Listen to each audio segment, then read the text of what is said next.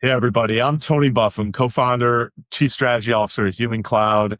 And if you haven't seen our podcast before, they're the best because we get really, really great guests. Today on our podcast, we have Colin LaBeau of FoxHire. Colin, it's so great to have you join us today. Thanks, man. Excited to be here. Appreciate it. We've met because we both live in this world that we believe is the key contributor to the future of talent around flexible talent and how do organizations embrace different ways of working with this growing classification group of people, especially in an environment where the overall workforce participation rate for those people working those full-time jobs, that's declining every year. So it makes sense that if you're fishing in a pond that's shrinking, you better start fishing in a pond that's expanding at the same time. Colin, tell me about how FoxHire grew out of that demand and how you guys are supporting your clients right now. Yeah, absolutely. Seeing a lot of people adopt flexible work as contributors to the workforce. People like to work where they want, when they want. And there was a couple, I think, events for FoxHire that took us down that path even further. If you don't know about FoxHire, we have been serving staffing and recruiting buyers and sellers since 1992. And traditionally working like those normal W-2 roles that just happen to be contract, right? Start as a contract to hire position, and we would serve as the EOR there. But I think two events took place, really started by COVID, that ramped up the adoption and interest in flexible work. First and foremost, in our specialty area, which is in healthcare, travel nursing exploded. And the healthcare staffing market really became a central focal point of not just the flexible talent or workforce discussion area, sort of our niche market that we all work in, but globally, and especially in the United States. And that drove a massive interest in healthcare staffing and flexible work in that space, and multiple companies spawned off that. And then the other, because of COVID, was remote work in general. So, the growth in healthcare staffing drove us, and then also remote work and people being able to work remotely, that becoming the new normal, an expectation for any technical or administrative or anybody that can work on a computer. So that's what really got us further into this space and building solutions to help enable those things. Yeah, I like that you referenced that massive inflection point that took place 6 years ago now. That feels even weird to say, but that took place quite a while ago. And since then, we've seen this pendulum swing a little bit back and forth, but now it's back more into this return to office and getting back into more of a traditional employment dynamic. While at the same time, like I said, the statistics and the data shows that that's a decreasingly available talent pool. And organizations that are sticking with embracing flexible talent are finding they can meet their needs a lot faster and easier. But in the time I've spent, flirting with this and using this as an enterprise buyer, and the time I spent at Upwork where I was promoting this, and especially now at Human Cloud, there's still so much resistance because people have deep-rooted fears of classification trouble. How do you help them get over those fears so they can kind of take a step into this new modern era of talent management? Yeah, I think the first is just education, right? Like, I'll give you an example. When we first started having conversations with buyers, at least when I began at FoxHire about 8 years ago, people didn't know what an employer of record was, right? Like I would say, hey, we're an employer of record. They'd be like, what is that, right? Now through adoption of our types of solutions, competitors or FoxHire otherwise, right? They're familiar with what we actually offer, but then furthermore with like ChatGPT and the AI solutions, they're very educated, right? So educating them on like what it actually does is the first step to sort of breaking down some of those walls. And then I would say, picking the areas that you need to focus on, right? Classification is one area of concern. 1099 versus W-2 is always the conversation. And there are thousands and thousands of contractors that are working for companies all over the country that are classified as 1099, but also as W-2, and making them aware that you can do both of those things through an EOR and still gain the protection of a third party in the middle managing that classification process, the indemnification, insurance, et cetera. Once you have that conversation with buyers, they're typically much more interested in learning how they can make it work in their specific instance. Well, in part of what you just described it leans right into kind of the soapbox I like to stand on, which is shifting into this talent access mode. I mean, oftentimes companies are just thinking about acquiring and pretending that they own their talent when they in reality don't. Talent is much more fluid than it ever has been, and it will only get increasingly fluid. But what you do is you provide them access to these different ways of working with the business that provide them the flexibility, adaptability they need to exist in an incredibly dynamic marketplace like we've never seen before that we live in now. You give them access to those options, regardless of what it is they need. Tell us a little bit more about that, especially for folks that maybe are listening to this and still wondering, well, what is an employer record exactly? How is it you give them that level of access, and what access to what exactly? Yeah, I mean, I'll just start with like geographic access. Let's just start there, right? Like if you're a business, right, and you want to hire anybody, you typically do that in your local area, right? Because you are an entity in that state, that country, that state, that city even, right? And you know how to run payroll and do the employment related tasks in that area. So like geographically, if you could hire in all 50 states through an employer of record that has the same setup in every single state, knows the laws in those states, how to handle the specific payroll requirements or insurance, all the different things necessary, you have access to a much broader talent pool. Just right off the bat, the geographic reach changes everything. But then you also gain access to different types of workers that want to work on either a contract basis, a temp to hire basis, that might be working through different platforms or through agencies, right? Back when we first started, again, I mentioned that our biggest customers were staffing firms. And back in the day, the staffing firms database of candidates was like the most valuable thing, right? Yeah. But now everybody has a database, right? Everybody has access to LinkedIn and all the different tools. Any hiring manager, any talent manager, any company can find a similar talent pool against all of their competitors. But those private talent pools that either they build themselves or they find through platforms are also enabled by EOR on the back end, right? Enabling those people to work under a W-2 basis, protecting the end client, especially if they're doing it on a project basis. And so those different types of ways enable talent to find work and the client to find those folks that they wouldn't otherwise be able to find by just posting a job and trying to hire full-time. Yeah, I often think of, this, it is really old school to think that your talent pool is in commuting distance to your offices. And that may be true for some types of work that does require you to be, of course, on site.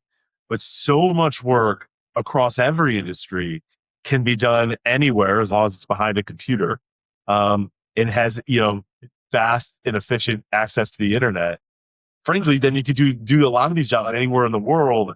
And to think that you're getting the best talent when you're not tapping into this global pool of talent is pretty short-sighted. Just what you're able to turn on in terms of people that are not only have the skills, but have some experience, are motivated, but also have chosen to only work as contractors potentially. Like that just opens the door to a much more abundant workforce than the restrictive one that you're going to have a little bit of a war over locally. Yeah, 100%. And also I would say, even if you are locally focused, right, there could be multiple reasons why maybe you'd want to use an EOR to gain access to more talent, right? I'll give you a great example. There's a company that we're working with that they want to hire a large amount of workers that are at a higher risk workers' comp classification than their typical office workers, right? They create technology that ultimately goes out into the field and does physical work. And that working with that technology, when they're testing it and deploying it, those workers that do that work are more risky workers' comp classification than their technology workers, the developers and stuff, right? They aren't prepared to just deploy the amount of cash necessary to secure that level of workers' comp insurance, nor do they have experience with that type of workers' comp coverage. So working with an EOR like us, would enable them to access that type of talent in a cost-effective way that's lower risk, right? And that's still local to them. So just another example, right? That's Like a good there's so many example. different avenues of how, a solution like this might help you get access to talent that's otherwise sort of locked up. I like that. Like this first level of acceptance being, oh, good, we can expand our geography of available talent. But then, oh, now we can expand the risk level that we might have in engaging certain types of talent. It really solves a lot of different challenges that talent leaders or operators face. Yeah. One of the biggest ones I always see, and we were talking about this previously, is how disparate the rules are all over the country in different states or even in different cities and municipalities. It's, it's a lot to keep track of. And I can't imagine any enterprise that's fully staffing, keeping track of all those rules. So either you're deciding we're only going to operate where we are set up to operate payroll and nowhere else, or we need to partner up with somebody that can help us keep track of all this because there's so many moving pieces. We were just talking about that. Like, when I think back to the time I was in HR, the state that got the worst rap was California because it was like hiring people in a different country. But that's changed. It's still the case. It's still the It is. case for a lot of different reasons. But and not to dog at all on California, they have a ton of great talent. But what I'm saying is, so much more of these one-off restrictions exist from different classification rules or different laws about the way that you can engage talent that are all over the country. How do you stay on top of that on behalf of your customers? And what are some of the things that you've seen recently that should make people feel like I want to partner and make sure I don't fall into a trap? Yeah, I mean, it's the 50 countries of the U.S. when it comes to payroll and employment laws, right? To your point, not just California, but we actually released a hiring complexity index on our website that sort of measures like what states are the most difficult and why, and has some detail there. But we stay on top of it. We have a legal team and group that works on ensuring that we have all the most recent laws, and we build it into our software so that remembering isn't really a thing, right? Like the Yeah. software does the work for us, and we build it into the software so that each and every time we're following the laws relative to the type of work, the location, right? The form of work, 1099, W-2, right? All of that type of stuff. And just some examples of things to think about, right? Like uh, Massachusetts and California together both have payroll frequency laws, meaning they have to be paid in a certain amount of time after their last day of work. If you're not physically in that state, you can't hand them a check on their last day. That's just one problem, right? Then you've got the different tax jurisdictions, PTO accrual laws that could differ. Illinois, great example. The city of Chicago has a different PTO accrual law than Cook County does, which is the county that Chicago sits within. And then the state has its own as well. So like, which one are you in? Like, where's the person Yeah. working at, right? Those things can be really difficult to manage. And then healthcare, then you factor in the healthcare. If you're doing healthcare, you got all that other stuff, payroll, tax, right? Then you got healthcare specific stuff. And there's 24 states that require healthcare staffing licenses. That requires a ton of reporting. You might have bill rate caps. You might have laws around conversion fees, right? And if the worker can be converted to full-time or not, and if you can pay a fee for that or not.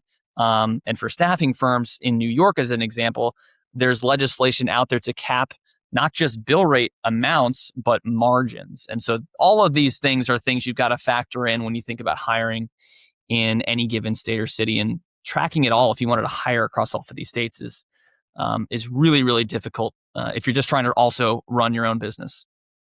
Yeah. I mean, everything you just listed off that was those anecdotal and just as examples is enough to make any HR person's stomach turn For sure. because it's like, oh my God, like that is incredibly complex. And even if they review the complexity index and they're like, okay, these are places to avoid. I think the takeaway from that is it doesn't have to be complex if you have the right partner. And that's that. Tell us a little bit about how you turn all of that, chaos that you just described into an easy button for organizations that want to get past that and just get straight to the town. Yeah. I mean, what you want to be able to do and what we are always striving for is like, why can't somebody accept a job today and start work tomorrow? what's holding that back, right? The onboarding process, making sure we're prepared. We enable all that to happen with our software and our expertise, right? So we've got employment experts. A lot of them in our business have been here 10, 20, even 30 years doing this. And so got a lot of internal knowledge, but we don't rest on that because we don't want the knowledge to just be here, right? We build that into the platform that basically runs off of a rules engine. So if we're in this location with this type of workers' comp code, this NAICS or SOC code, all those codes build out, okay, this is the type of employment contract we need. This is the compliant type of timesheet version of the timesheet that we need. This is when they need to be paid by, right? All of that flows into the employment agreement, into the client agreement, and then you have full visibility into that with the platform so that you don't feel left in the dark, right? You can see everything happening. You can verify it's compliant, but you don't have to do the work, and you can spend your time finding great people running your business. So when you say easy button, it's just building that knowledge into the platform and automating it so that you don't have to remember with your brain. Yeah, Colin, if I put my CHRO hat on and I think of all the things you just said, I immediately think of that dashboard. And it's like you just said, it's nice to have, like, really just want to know that you're compliant. But when you're talking to leaders that are implementing FoxHire and the platform in their business, what tend to be the metrics or data points that they're most interested in once they are satisfied with compliance that you can help them with? Yeah, I mean, we work a lot in the healthcare space, right? And so healthcare, and if you go to any conference, you'll hear this, right? The onboarding process is the most difficult of any work. And so speed to hire, right? Time to hire, whatever you want to call that, from offer to start date is one of the most important metrics. And so, we work really aggressively with the help of KarmaCheck, Eric, and his team, who we're going to be sponsoring the dinner with, to shave as many hours off of that as possible, both on an individual worker basis, so case by case, but also broadly for each program that we support. So we just got back from a client meeting about this, and we're literally talking about shaving hours off. If we could do this, we do that, right? We'll shave time down. That's one of the most important metrics that I would say hiring managers care about, because if you can't get that employment agreement signed and that worker onboarded, like you said, it's a different world of work. They'll go take another job that did get them the employment contract quicker, that got them to move forward faster, right? All of that type of stuff. I mean, Colin, you're preaching to the choir. I look back at my days at GE and Stanley. And early on at GE, there was this big, lean Kaizen push. That's where you had Six Sigma, but then it became like Lean Six Sigma. And I got exposed to that in a manufacturing facility. And the first thing I thought was, how can I apply these methods to staffing? Because staffing is so broken, especially the period that you were talking about. We should have total control over it. And at both companies, I did Kaizen events specifically around that, because I was like, there has to be a better answer. And we get our vendors in, our hiring managers, our new hires, and we just work through what are all the ebbs and flows that we can shave off that time, because it makes a big difference. Not just because you're going to lose somebody, but because usually you need that person yesterday. And every day that you don't have that person on board, you're missing something, or it's an extra burden on the team that's waiting for them to get on. They still have to help you assimilate. So no doubt, every minute counts, because you as dynamic as I mentioned before, as dynamic as this marketplace is, you want to be able to adapt at the turn of a dime. Yep. Because you don't know, as soon as you hear something, you want to be able to adjust your team, make decisions, invest, shift investments, etc. That's really hard to make happen on your own. No matter how much work you put those Kaizens, it still took a solid 2 weeks to get someone from offer to start, even when they didn't have to give notice. What are some of the things that have popped out of that process for you guys, where you said, "Oh God, like, yeah, we can expedite this piece of it, or this phase"? The number one thing that we've been focused on doing is making sure that when a worker gets an email with their offer, right, they don't have to go other places. So the number one issue creating a time lag for our for the workers to go and execute all these tasks is the fact that they might be told to look for 4 different emails: one from the background check company, one from the drug screen company, one from the the training and skills checklist company, and then one from the EOR. And maybe the EOR uses a payroll company and insurance. Like there's just too much stuff to look for. And so they're working through all these different processes with all these different vendors. What we focus on at FoxHire is integrating with those partners like Eric and his team at KarmaCheck, so that the view that our workers go through is only FoxHire. They go through one place, right? They don't have to go to 5 different places to do anything. Yeah. It's one place. And so that data all flows through integrations to the right partners and comes back to one place as well. So they can go through each checkbox and feel confident that when they're done with their work with FoxHire on the onboarding, they are completely done and they don't have to wait or do another step.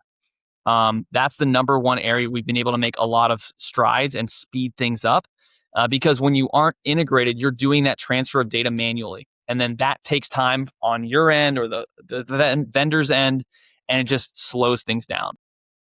The other thing, which I think you'll hear a lot from healthcare organizations specifically, is that client requirements are becoming extremely unique and burdensome, and they're not standardized. So you might have a travel assignment as an RN at one hospital, and they might have 20 different specific client documents that you need to fill out. And then you go to another hospital and they have one, right? And so those differences across clients, right? Trying to automate that and build that into our platform. We do that on the front end so that we can make those documents not print and scan, right? They're like fillable.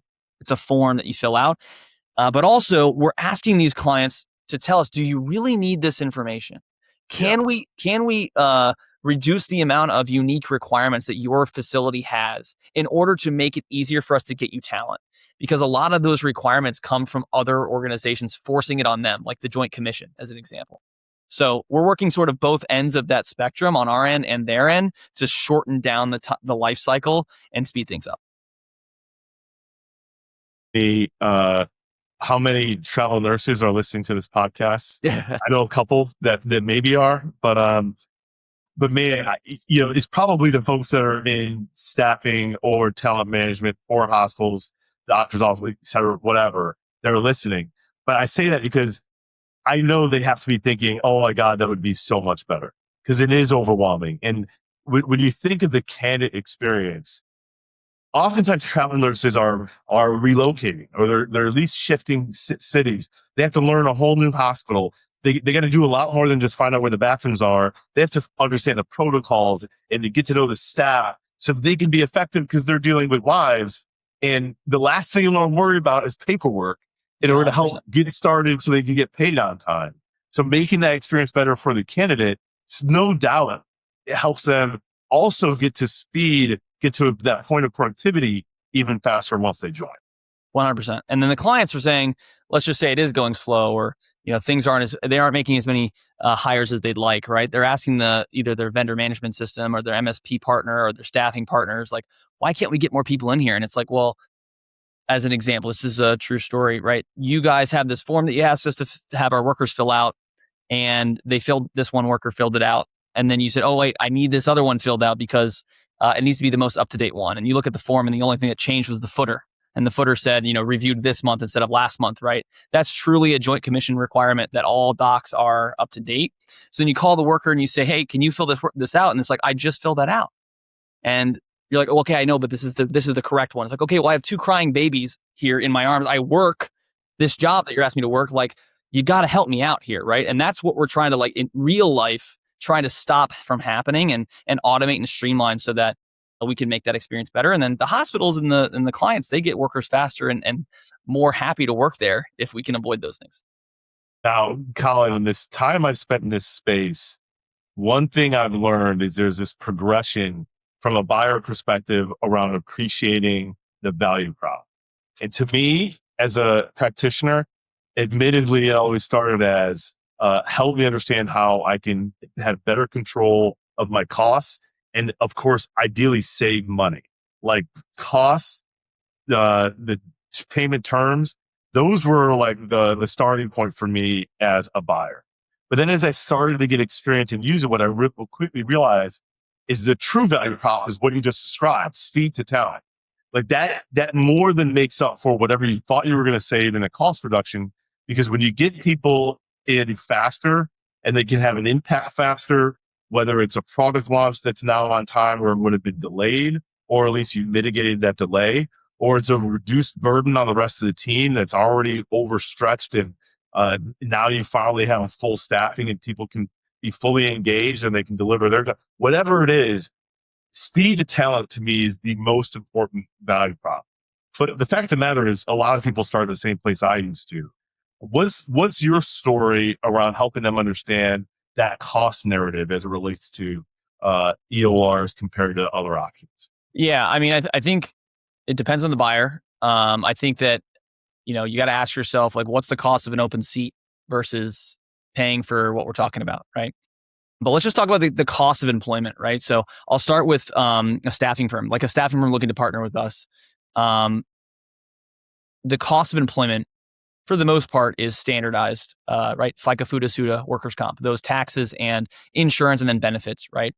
We have the luxury of scale, and so we're going to reduce those costs both on the insurance side, right? But then also on the tax side, we have a whole team dedicated to ensuring that our unemployment insurance rates are as low as possible. So we are going to be equal to or slightly above the cost you would pay yourself. But then you got to think about all the work and time you spend doing that work, right? How many hours do you run running payroll and gathering timesheets and all that stuff, right?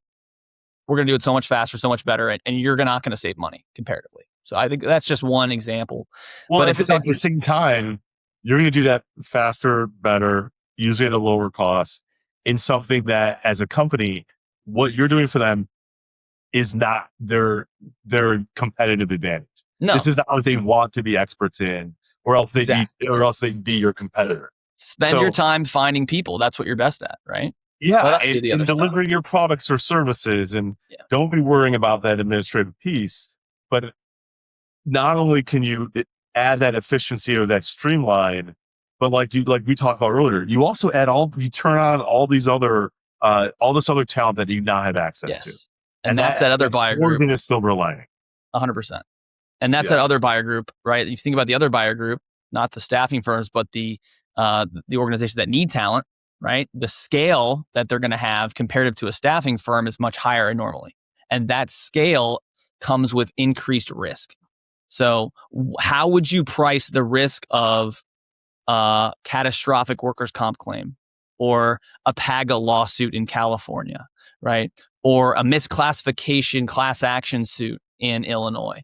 How would you price that risk into your hiring decision matrix? Because I don't think you're thinking about that when all you're looking at is bill rates.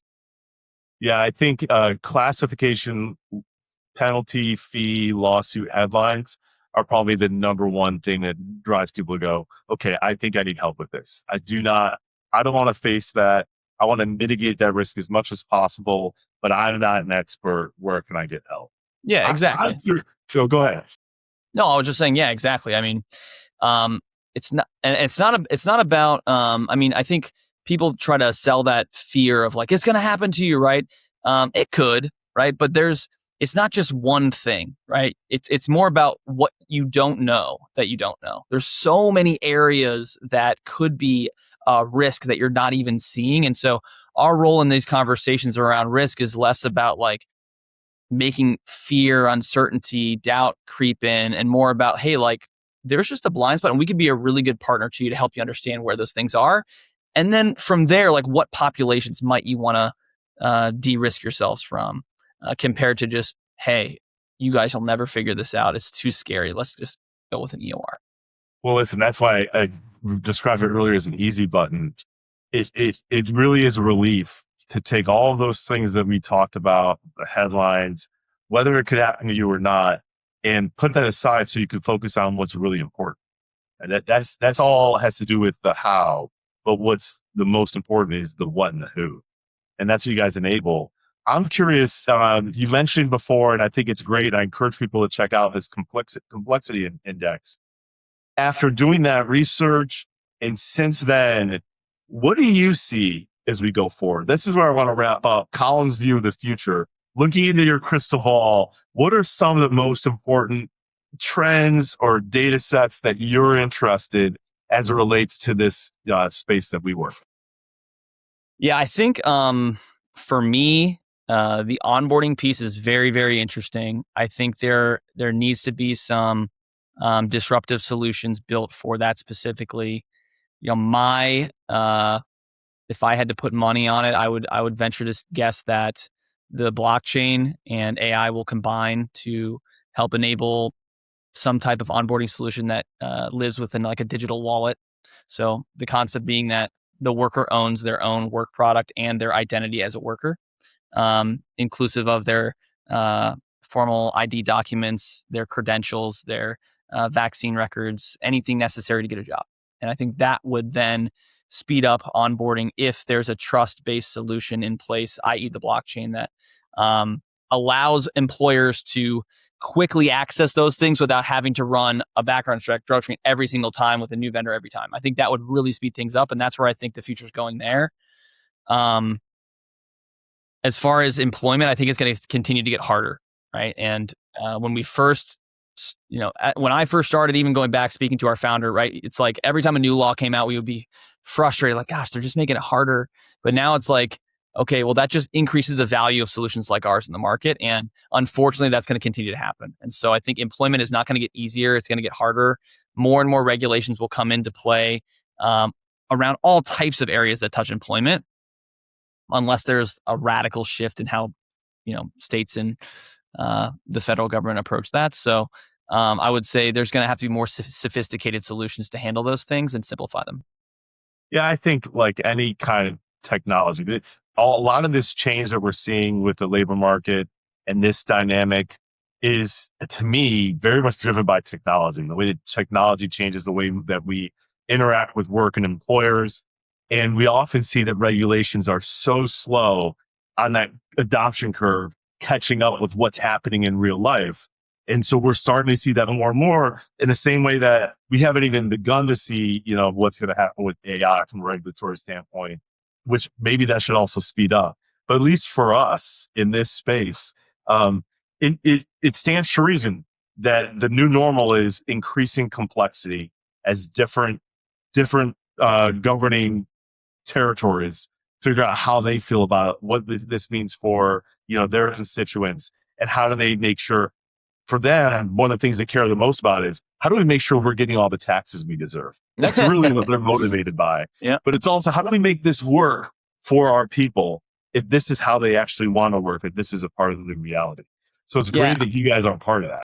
I would also say, though, that if any of the organization or any of the leaders in the government are listening to this that might live in a state that makes it difficult for employers, I would urge you to consider the fact that if you made it easier for employers to hire in your state, you would actually export talent, right? Remote workers to companies that don't exist in your state, and enable them to hire and ultimately pay taxes to your state, those employees that would otherwise not be able to work for those companies. There's so many more remote jobs, and those are essentially exported goods, right? To other states. If you could enable that to happen more in your state, you would have more people with roles in your state and probably get more payroll tax. All right. Well, expect some calls from the government. Hopefully they're positive. Well, listen, man, Matt's not on this call. So in his spirit, I'll ask you what I feel like is a Matt type question. Is a hot dog a sandwich? Nah, I can't say it is. Yeah, I don't think so either. Matt probably would think so, but I had to throw in like a totally irrelevant question, because that's what Matt brings to the table when he's got his wildness going on. But he also brings a lot of incredible knowledge about the marketplaces that we're talking about, history in this freelance space, being a freelancer himself in the past, and seeing how organizations struggle with this kind of adoption, especially large enterprises, which is why we appreciate you and partnering with you, and because we know that you're helping to make it possible. And oftentimes that first level of adoption for enterprises is embracing an EOR partner. And then they start to open up their minds to other marketplaces full of talent that you enable them to reach out to, because you've taken care of a lot of the risks that has held them back before. So, dude, we're so glad to work with you, and so excited about this dinner coming up.